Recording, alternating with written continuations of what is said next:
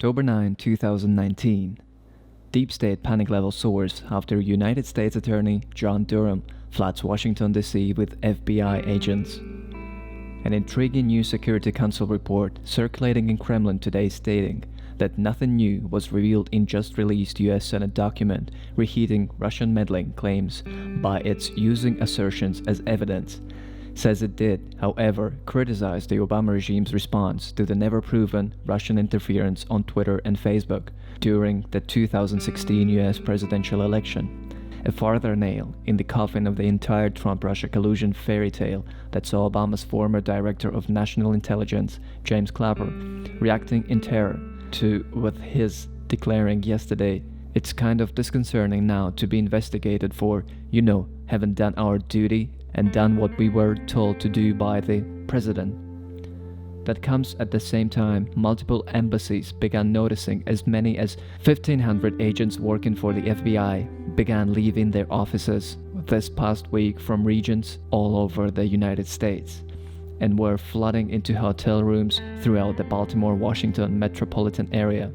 And when American officials were asked why this was occurring,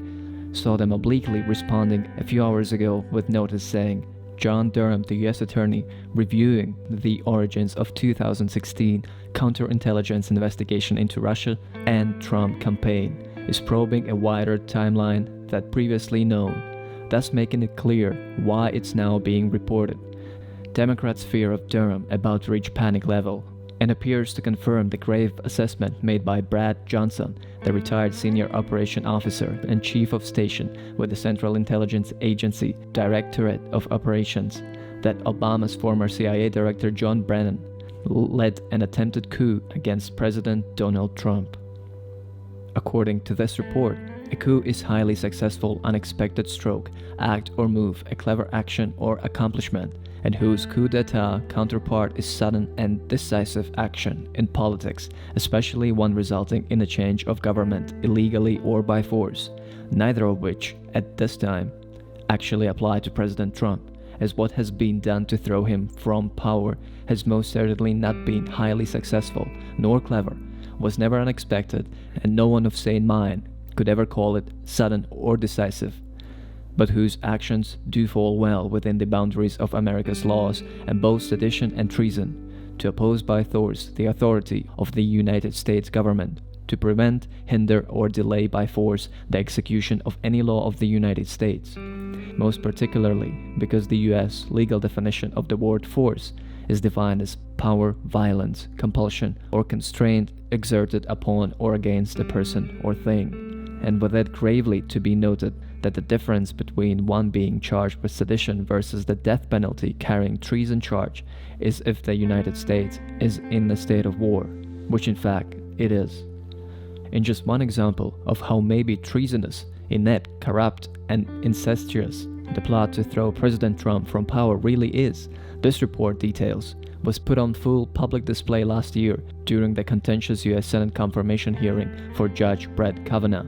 and was when the leftist MSNBC television news channel trotted out a person named Sean Henry, whom they call their national security analyst, and who outlandishly claimed, without any evidence of proof, that this United States Supreme Court nominee had a major credibility problem, but who, while attacking the credibility of his nation's highest court, saw MSNBC concealing from their viewers that Sean Henry was the Obama-Clinton's regime FBI Executive Assistant Director of the Criminal, Cyber Response and Services Branch put into this position by the FBI Director Mueller, and who after retiring from his FBI position in 2012, then saw him becoming president of CrowdStrike Services, and about whom it's critical to note that at the same time Hillary Clinton's law firm Perkins Coie hired Fusion GPS to dig up Russia-related dirt on Donald Trump. It hired Sean Henry and his CrowdStrike company to investigate the supposed hacking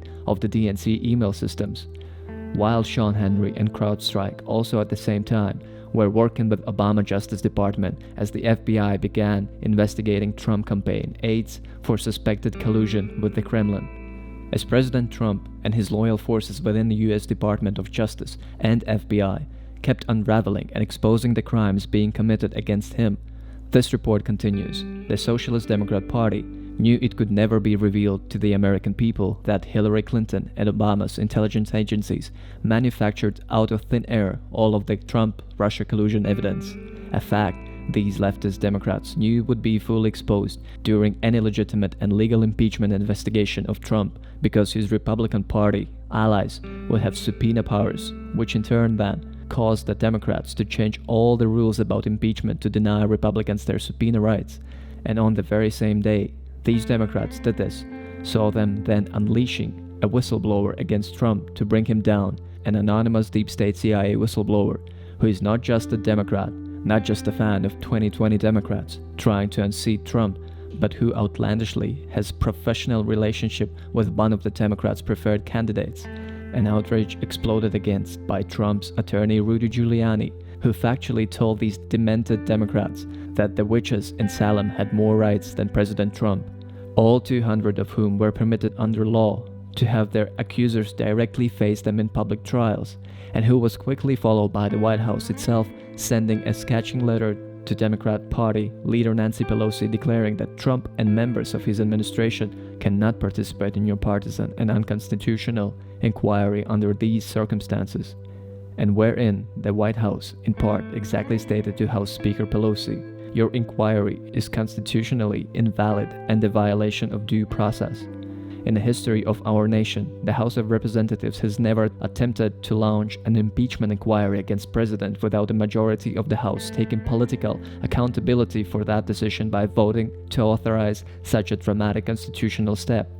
Here, House leadership claims to have initiated the gravest inter-branch conflict contemplated under Constitution by means of nothing more than a press conference at which the Speaker of the House simply announced an official impeachment inquiry.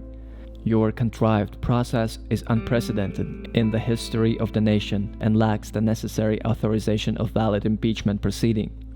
The committee's inquiry also suffers from a separate fatal defect. Despite Speaker Pelosi's commitment to treat the president with fairness, the committees have not established any procedures affording the president even the most basic protections demanded by due process under the Constitution and fundamental fairness. Chairman Nadler of the House Judiciary Committee has expressly acknowledged, at least when the president was a member of his own party, that the power of impeachment demands a rigorous level of due process, and that in this context, due process means the right to be informed of the law, of the charges against you, the right to confront the witness against you, to call your own witnesses, and to have the assistance of counsel. All of these procedures have been abandoned here. These due process rights are not a matter of discretion of the committees to dispense with at will.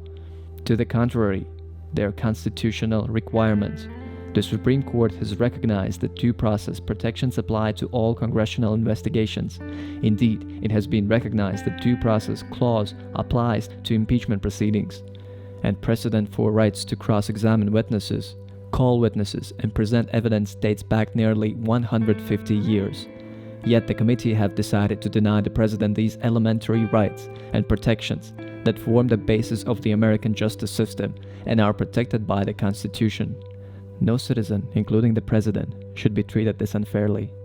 Striking the greatest fear and terror into these demented socialist Democrats, their mainstream media lapdogs, and their deep state criminal facilitators, this report concludes, is that the Donald Trump presidential campaign that began in 2015, having no pollsters, no rapid response team or fundraiser, whose bare bones staff were fueled by pizza and energy drinks as they toiled in make-fish office at Trump Tower in campaign likened to building the airplane while it was in flight. This time around for the 2020 election has been replaced by a roaring re-election apparatus, having 6 main committees working to secure President Trump's second term, and who, while over a year out from when this election take place, November 2020, have already raised a staggering, unprecedented and historic over $736 million, thus making it clear to even the smallest school child knowing math that if Trump won against all odds in 2016, using what amounted to copper pennies, what he can do now with an overflowing treasure chest full of gold doesn't take a genius to figure out.